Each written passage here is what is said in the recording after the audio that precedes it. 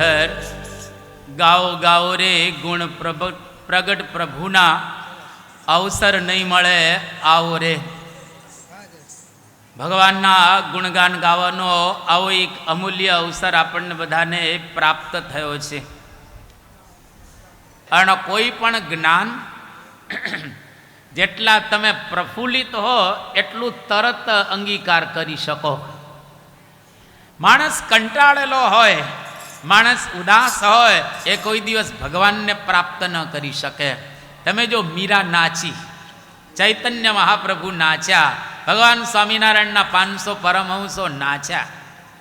એટલા માટે કે સંગીત એક શક્તિ છે. તમે જો આ તબલા ઉત્તમભાઈ વગાડે છે અને બે બાજુ માઇક રાખે છે એટલે અવાજ સારો આવે. બંને તબલા ઉપર માઇક છે એટલે અવાજ સારો આવે. અને આ બાજુ કીબોર્ડ ઉપર મિલિન્દ્રભાઈ છે અને ભરતભાઈ, યોગેશભાઈ અને હિતેશભાઈ, આ બધા ગાનારા વગાડનારા અને પૂજ્ય બ્રહ્મવલ્લભ સ્વામી, આ બધા ગાવાના અને આપણને 7 દિવસ સુધી લાભ આપવાના છે. એટલે આ એક શક્તિ છે. સંગીત હે શક્તિ ઈશ્વર કી, હર સુર મેં બસે હે રામ, રાગી જો સુનાય રાગીણી, રોગી કો ભી મિલે આરામ. અને એમાંય મુકેશભાઈ મંજીરાવાળા 2 રોલ ભજવે છે. એક તો પાછા પોતે નાચે છે, નચાવે છે અને મંજીરાય વગાડે છે. એટલે ડબલ રોલ મુકેશભાઈ ભજવી રહ્યા છે. અને જેટલા જેટલા ઉત્સવ થશે એમાં તમામ ઉત્સવની અંદર મુકેશભાઈ પોતે તૈયારી પણ કરાવે છે અને વ્યવસ્થિત રીતે બધાને એની અંદર જોડે પણ છે. ટૂંકમાં કહીએ તો આ ભગવાનના ગુણગાન ગાવાનો એક અવસર આવ્યો છે, સ્મરણ કરવાનો પણ અવસર આવ્યો છે. અને સુખદેવજી રાજા પરીક્ષિતને કહે છે કે રાજન, તારા માટે તો 7 દિવસ હજુ રહેલા છે, કારણ કે 7મા દિવસે તક્ષક નાગ કરડશે. હજુ તારું આયુષ્ય બાકી છે. હવે તો કાળ પણ તને હલાવી શકે એમ નથી. નોર્મલ વ્યક્તિને તો નક્કી ન હોય ક્યારે જવાનું, પણ પરીક્ષિત રાજાને તો નક્કી થઈ ગયું કે 7 દિવસ મારી પાસે રહેલા છે. અને સુખદેવજીએ કહ્યું કે રાજન, મુક્તિ માટે 7 દિવસની જરૂર જ નથી. એમ કરીને ખટવાંગ રાજાનું આખ્યાન કહે છે કે ખટવાંગ રાજા બહુ સમર્થ રાજા હતા, રહેતા હતા પૃથ્વી ઉપર, પણ દેવતાઓને મદદ કરવા માટે સ્વર્ગમાં ગયા, કારણ કે દેવ દાનવનું યુદ્ધ ચાલતું હતું ત્યાં. અને દેવતાઓ બધા ખટવાંગ રાજાને પ્રાપ્ત કરી અને જીત હાંસલ કરે છે. એ વખતે મૃત્યુલોકની અંદર ઘણા બધા વર્ષો પસાર થઈ ગયા હતા. એટલે ખટવાંગની ઘણી પેઢીઓ નીકળી ગઈ હતી અને દેવતાઓ જીતી ગયા ખટવાંગ રાજાની મદદથી. એટલે દેવતાઓ ખટવાંગ રાજાને કહે છે કે રાજન, તમારે હવે મૃત્યુલોક ઉપર જવું હોય તો તમે સિધાવી શકો છો અને પધારો, પણ તમે અમને મદદ કરી એટલે અમે તમને વરદાન આપીએ છીએ. જે માગવું હોય અમારી પાસેથી તમે માગી લો. ખટવાંગ રાજાએ કહ્યું કે હવે પૃથ્વીલોકની અંદર તો મારું કોઈ રહ્યું નથી, ત્યાં જવાનો કોઈ અર્થ પણ રહેલો નથી. કદાચ હું જઈશ તો પણ મારા સિવાય કોઈ ત્યાં છે નહીં, એટલે મારે બીજું કંઈ જોઈતું નથી. મારો મોક્ષ થાય, મારું કલ્યાણ થાય, મુક્તિ થાય, એ વરદાન તમે મને આપો. દેવતાઓ કહે છે કે સ્વર્ગની અંદર બધું જ છે, પણ મોક્ષ નથી.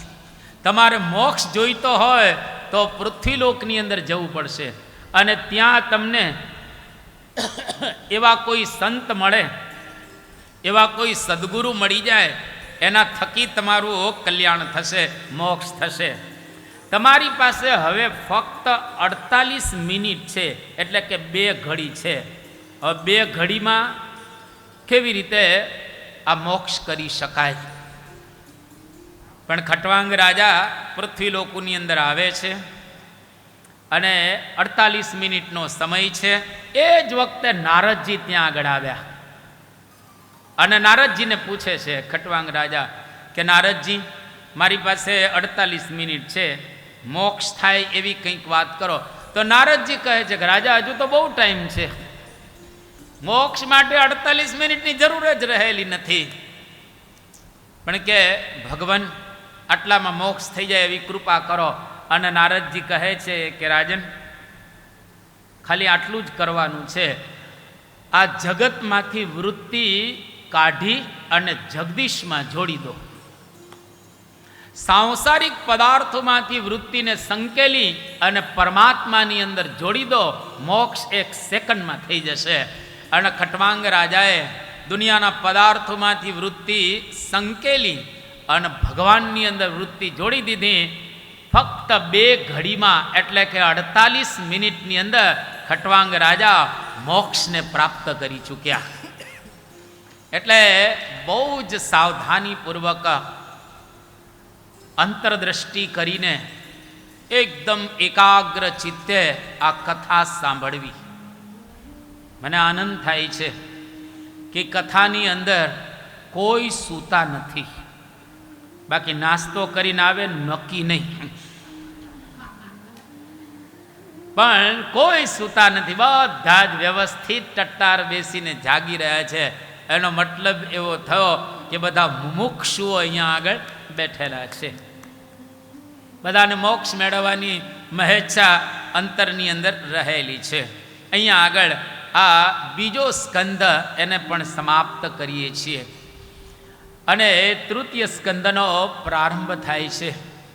તૃતીય સ્કંદનો પ્રારંભ કરતા પહેલા બીજા સ્કંદની અંતિમ વાતને યાદ કરી લઈએ. આખા ભાગવતની અંદર 10 ભગવાનના લીલાઓ રહેલી છે અને 10 લક્ષણ પણ આ ગ્રંથના રહેલા છે.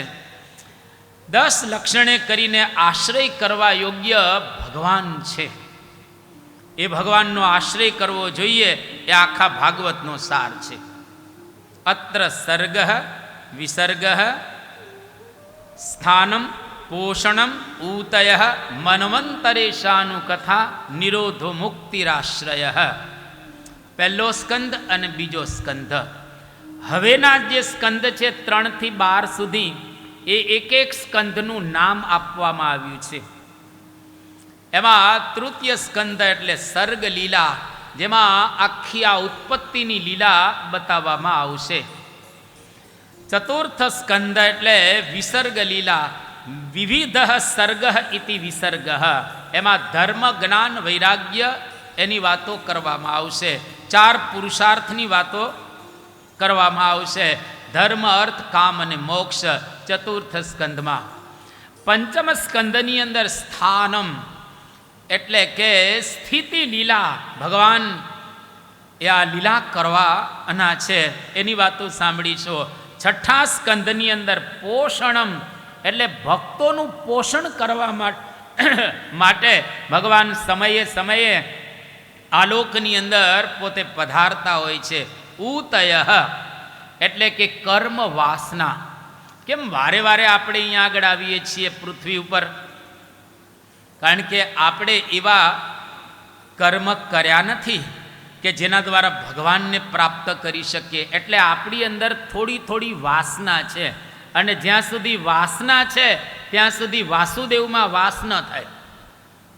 અને વાસનાનો ત્યાગ કરીશું તો વાસુદેવમાં આપણો વાસ થશે, એટલે ભગવાનમાં વાસ થશે. અને જ્યાં સુધી વાસના હશે ત્યાં સુધી ફરી ફરી આવવું પડશે ને ફરી ફરી મરવું પડશે. એટલે શંકરાચાર્યએ બહુ સુંદર એક શ્લોક ગાયો છે કે પુનરપી જનનમ પુનરપી મરણમ પુનરપી જનની જઠરે શયનમ પુનરપી જનનમ પુનરપી મરણમ પુનરપી જનની જઠરે શયનમ પુનરપી જનનમ પુનરપી મરણમ પુનરપી જનની જઠરે શયનમ પુનરપી જનનમ પુનરપી મરણમ પુનરપि જઠરે જઠરે શયનમ इह संसारे खलु दुस्तारे कृपया पारे पाहि मुरारे इह संसारे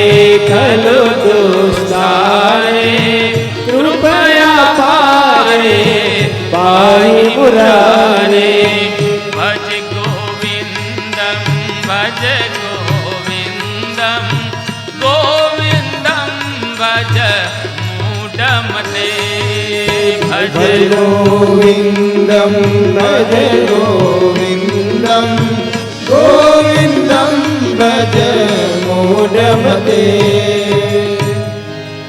તો આ પ્રમાણે 7મા સ્કંદની અંદર કર્મ વાસના બતાવશે. પ્રહલાદનું આખ્યાન આપણે સાંભળીશું. 8મા સ્કંદની અંદર મન્વંતર લીલા છે. ભગવાન સમયે સમયે મનુઓને પ્રગટ કરી અને લીલાઓ કરતા હોય છે, જેની વાતો આપણે સાંભળીશું.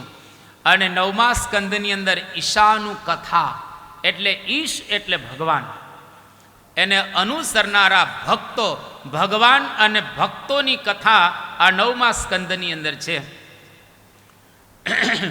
10મ સ્કંદની અંદર ભગવાન કૃષ્ણચંદ્ર પ્રગટ થશે અને ત્યાં ભગવાન અનંત પ્રકારે એ લીલા કરવાના છે, જેને નિરોધ કહેવાય. નિરોધ લીલા. નિતરામ રોધ ઇતિ નિરોધ. બધી જગ્યાએથી આપણી વૃત્તિ છટકી અને ભગવાનમાં અટકી જાય એને કહેવાય નિરોધ. 7 દિવસને અંતે નિરોધ થઈ જવો જોઈએ. અને 11મા સ્કંદની અંદર મુક્તિ લીલા. 2 પ્રકારની મુક્તિ છે, એક વિદેહ મુક્તિ અને બીજી જીવન મુક્તિ. જીવતા છતાંય મુક્તિનો અનુભવ થાય આને જીવન મુક્તિ.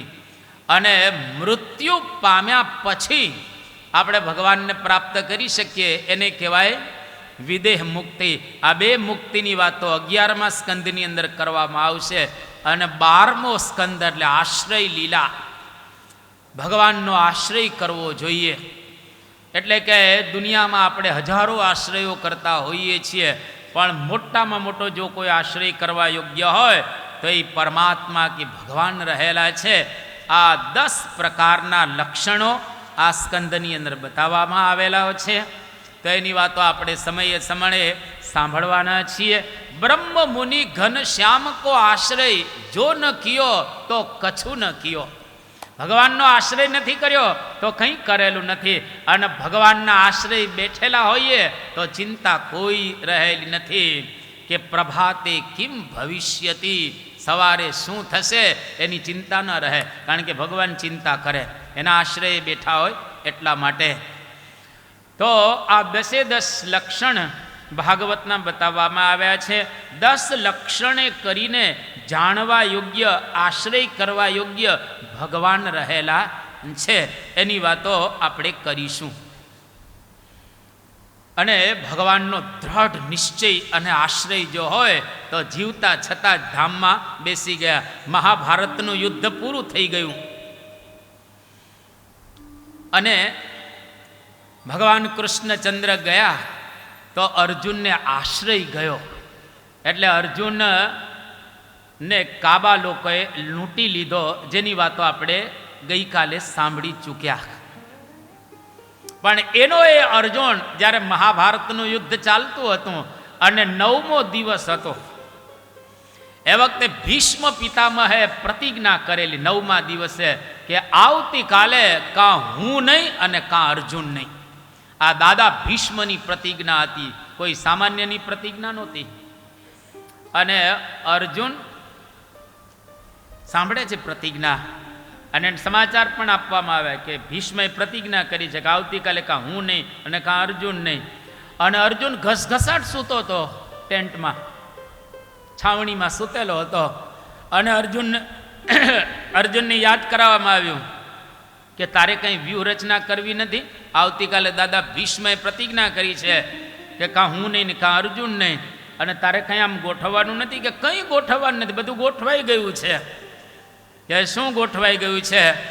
અરે ભગવાન કૃષ્ણચંદ્ર ત્યાં આગળ આવ્યા અને અર્જુનને યાદ કરે છે કે અર્જુન કંઈ સમાચાર સાંભળ્યા? કે હા. શું સાંભળ્યા? કે દાદા ભીષ્મએ પ્રતિજ્ઞા કરી છે કે આવતીકાલે હું નહીં અને કાં અર્જુન નહીં. અને આ ભીષ્મની પ્રતિજ્ઞા ભગવાન કૃષ્ણચંદ્રે પણ દાદા ભીષ્મની પ્રતિજ્ઞાને માન્ય રાખી હતી. એનો આગલો એક નાનકડો પ્રસંગ. કૃષ્ણ ભગવાને મહાભારતના યુદ્ધના મેદાનની અંદર પ્રતિજ્ઞા એવી કરી કે 18 દિવસના યુદ્ધમાં હું એક પણ વખત હાથમાં હથિયાર ધારણ નહીં કરું. હું એકલો રથ ચલાવીશ પણ હથિયાર નહીં પકડું. અને આ ભીષ્મ પિતામહે સાંભળ્યું અને એને શું કહ્યું કે એક વખત તો હાથમાં કૃષ્ણને હથિયાર ધરાવીશ જ. એક વખત ધરાવી, ભલે એને પ્રતિજ્ઞા કરી છે કે હું હથિયાર હાથમાં ધારણ નહીં કરો, પણ હું ધરાવીશ એક વખત એને હાથમાં હથિયાર.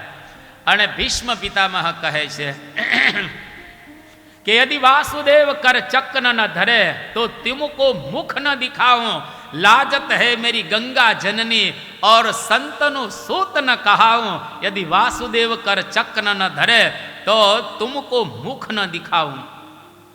हे मां, તારું નામ ગંગા છે અને મારું નામ ગાંગેય રહેલો છે, તો એક વખત તો કૃષ્ણને હાથમાં હથિયાર ધારણ કરાવી, અને જો હથિયાર ધારણ ન કરાવો તો હું ગાંગેયની, ગંગાનો પુત્ર નહીં.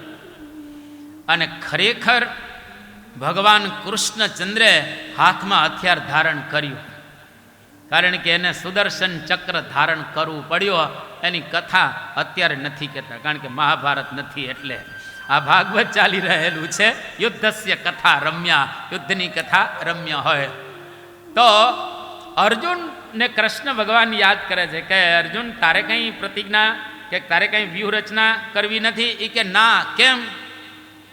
આ ઘસઘસાટ સૂતો છે અને ભીષ્મે પ્રતિજ્ઞા, ભગવાન તમે જાગો છો ને એટલે હવે કંઈ ચિંતા નથી, કારણ કે તમે જ પ્રતિજ્ઞા કરેલી છે યુદ્ધના મેદાનની અંદર કે નમે ભક્ત પ્રણશ્યતિ, મારો ભક્ત નાશ ન પામવો જોઈએ, અને હું તમારો ભક્ત છું, હું તમારો શિષ્ય છું, એટલે મારો નાશ કોઈ દિવસ થવાનો નથી. અને ખરેખર અર્જુનનો નાશ ભગવાન કૃષ્ણ થવા દેતા નથી. એટલે આશ્રય હતો એમાં આપણે ભગવાનના આશ્રય જવાનું. આજે આપણને સ્વામિનારાયણ ભગવાન મળ્યા છે, આજે મહંત સ્વામી મહારાજ જેવા સત્પુરુષ મળ્યા છે, એનો આશરો બરાબર રાખો, પાક્કો રાખો કે ભગવાન સ્વામિનારાયણ સર્વોપરી સર્વ અવતારના અવતારી છે, અને મહંત સ્વામી મહારાજ મને મળ્યા છે, એ મારો મોક્ષ કરનાર ગુરુ છે. આ જો આશરો બરાબર હોય તો અર્જુન જેવા નિશ્ચિંત બની જઈએ, કોઈ ચિંતા ન રહે, અને અંતે આપણો મોક્ષ ચોક્કસ થાય. અહીંયા આગળ આ સ્કંદને આપણે સમાપ્ત કરીએ છીએ.